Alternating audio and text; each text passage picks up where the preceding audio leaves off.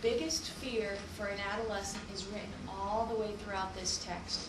The biggest fear of an adolescent, Jesse? Not fitting in. Is not fitting in.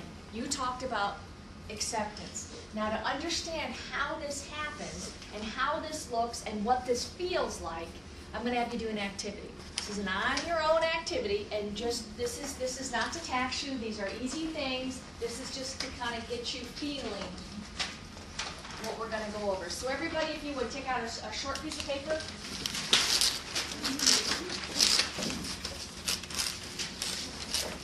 I'm going to pass out these papers, and just keep them face down. And if you would, no one write on these, write on your own papers.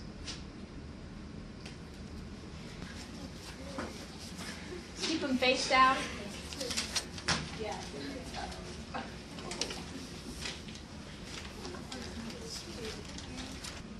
Everybody have one?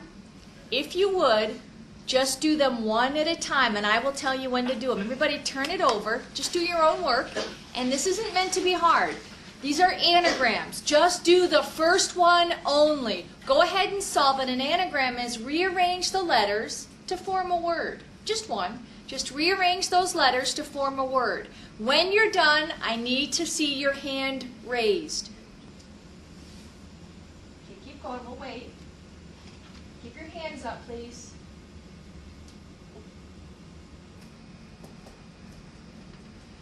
Just do number one. Don't go on. Don't go on.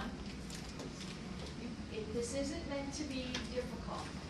Okay, put your hands down. Let's just go to number two. Don't even worry about number one. Go to number two. Solve that one. Again, when you're done, I want to see your hands up. Everybody's hands down. We're going to go ahead and do number three. For number three, rearrange the letters, and as soon as you do, go ahead and put your hand up.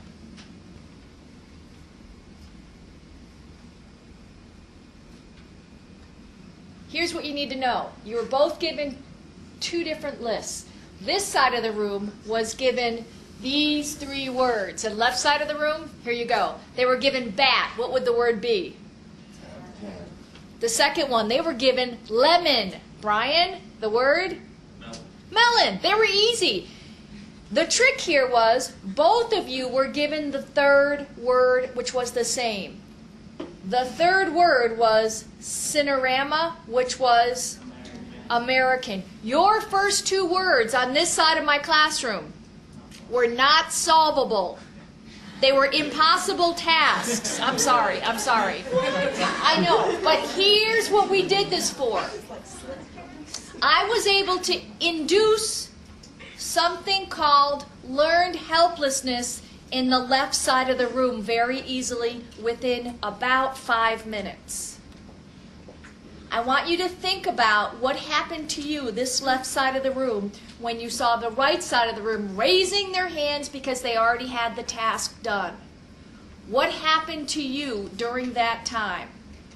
Jory? I felt stupid. You felt stupid? Okay. I felt rushed. Felt rushed? Joelle? I was even more confused. You were even more confused because they all got it and you were still struggling. Chelsea? Frustrated. Frustrated. What happened by the time you got to the third word? Because I'm here to tell you, this side of the room is not significantly more intelligent than this side of the room.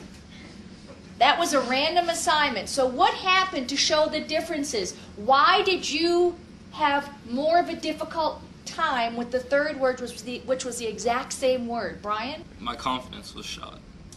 What you experienced was a term called learned helplessness. How many have heard of the term before? Let me see your hands.